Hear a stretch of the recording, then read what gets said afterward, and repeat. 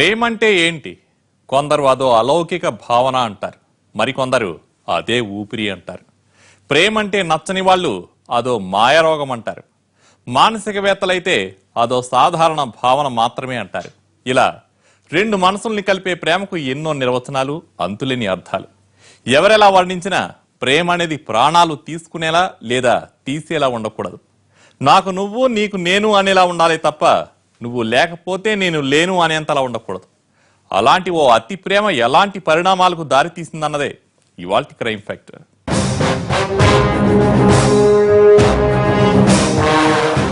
పిల్లలు పుట్టగానే మా కోడలు పుట్టింది, మా అల్లుడు ఎంత బాగున్నాడు అంటూ చిన్నప్పుడే సంబంధాలు కలిపేసుకోవడం అప్పుడప్పుడు చూస్తుంటాం. పెద్దల ఆలోచనలు ఎలా ఉన్నా అలాంటి నిర్ణయాలు పిల్లలపై తీవ్ర ప్రభావం చూపిస్తాయి. నిజంగానే తాము భార్యాభర్తలమని వాళ్ళు భావిస్తే పెద్దయ్యాక వాళ్లకు పెళ్లి చేయాల్సి వస్తుంది. కర్మకాలి రెండు కుటుంబాలు విడిపోతే పెళ్లి పెటాకులవుతుంది.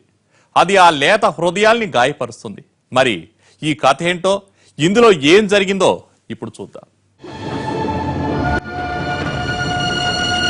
ఈ మూడు సమాధులు సాధారణమైనవి కావు, ఆత్మీయతానురాగాలకు ప్రతీకలు.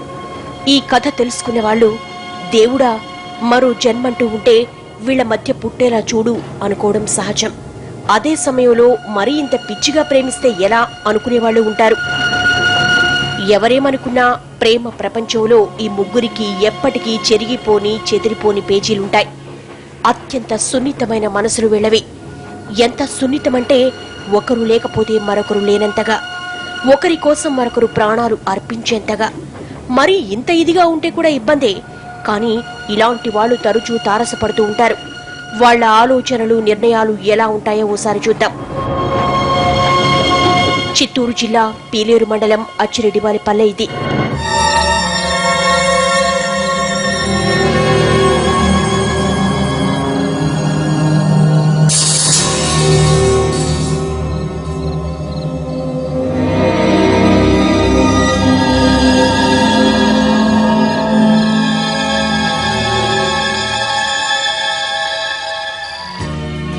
ఈ ఊళ్ళోకి వెళ్లే ముందు కుడివైపున బాట గంగమ్మ గుడి ఉంది.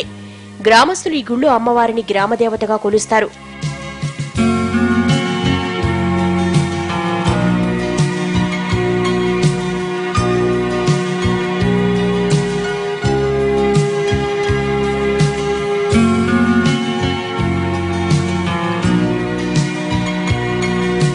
ఈ అమ్మంటే వీళ్ళకి ఎంతో నమ్మకం. గ్రామంలోకి వెళ్లే ముందు ఎడమ వైపున చిన్న చెరువు ఉంటుంది.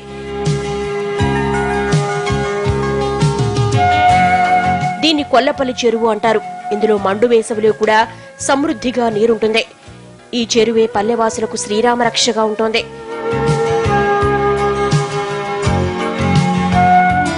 ఈ ఊళ్ళో చాలా రైతు కుటుంబాలు వ్యవసాయాన్ని నమ్ముకుని బతుకుతున్నాయి. అలాంటివే ఈ రెండు కుటుంబాలు. వీళ్ళు ఎంత స్నేహంగా అన్యోన్యంగా ఉన్నారో చూడండి. ఎదురెదురు ఇళ్లలో ఉండడంతో వీళ్ల మధ్య విడదీయలేనంతగా స్నేహం అల్లుకుపోయింది. ఈ ఇద్దరు మిత్రులు బావా బావా అని చనువుగా పిలుచుకునేవాళ్లు.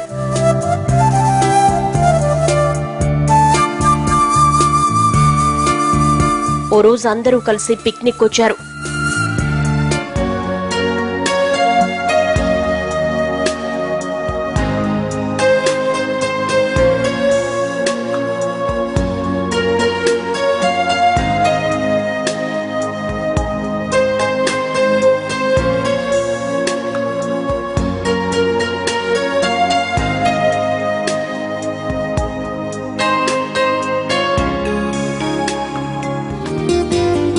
ఈయన వెంకటరమణ, వ్యవసాయం చేసేవాడు.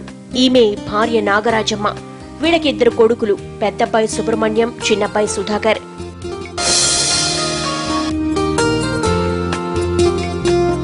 వెంకటరమణను బావా బావా అంటూ ఆప్యాయంగా పిలిచే ఈయన వెంకటరామనాయుడు. ఈమె ఆయన భార్య. వీళ్ళు ఇద్దరు, వీళ్ల పిల్లలు కమలాకర్, కమల.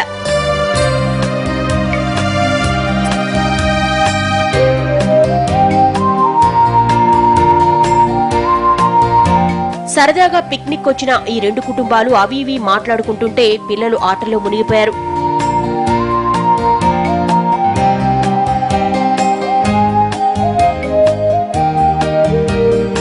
వెంకటరమణ ఇద్దరు కొడుకులైన సుబ్రహ్మణ్యం సుధాకర్లు, వెంకటరామనాయుడు ఇద్దరు పిల్లలైన కమలాకర్, కమల్ కలిసి ఆడుకునేవాళ్లు.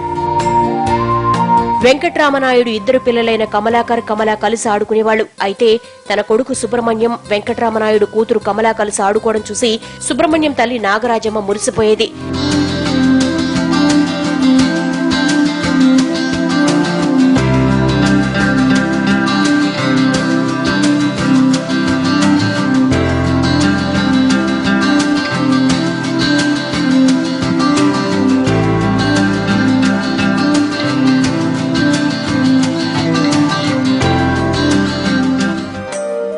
నా కోడలు చూసావా అన్నయ్య, నా కొడుకుతో తప్ప మరెవరితోనూ ఎక్కువసేపు ఆడదు అని గర్వంగా అంది.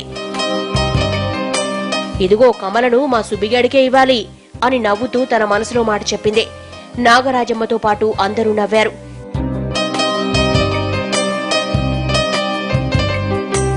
చిన్నపిల్లలు కదమ్మా, వాళ్ళకేం తెలుసు, చూద్దాం పెద్దయ్యాక వాళ్ళ రాతలు ఎలా ఉంటాయో ఏమో అన్నాడు వెంకటరామనాయుడు.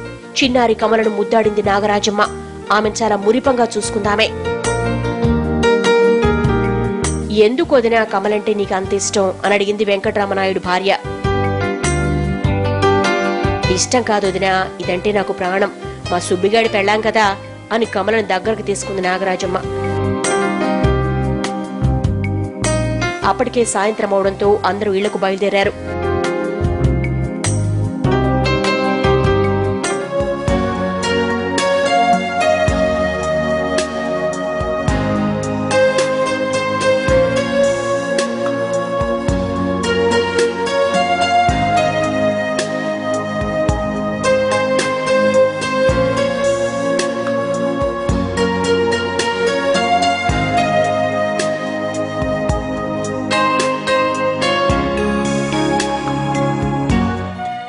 నాగరాజమ్మ ఆలోచనలకు తగ్గట్టే సుబ్రహ్మణ్యం, కమలలు స్నేహం కొనసాగింది.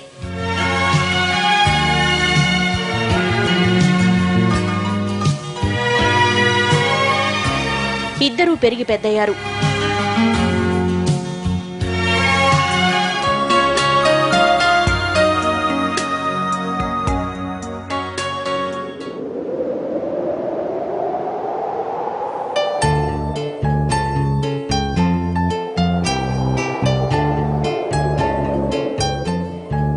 వారి స్నేహం ప్రేమగా మారడానికి ఎంతో సమయం పట్టలేదు.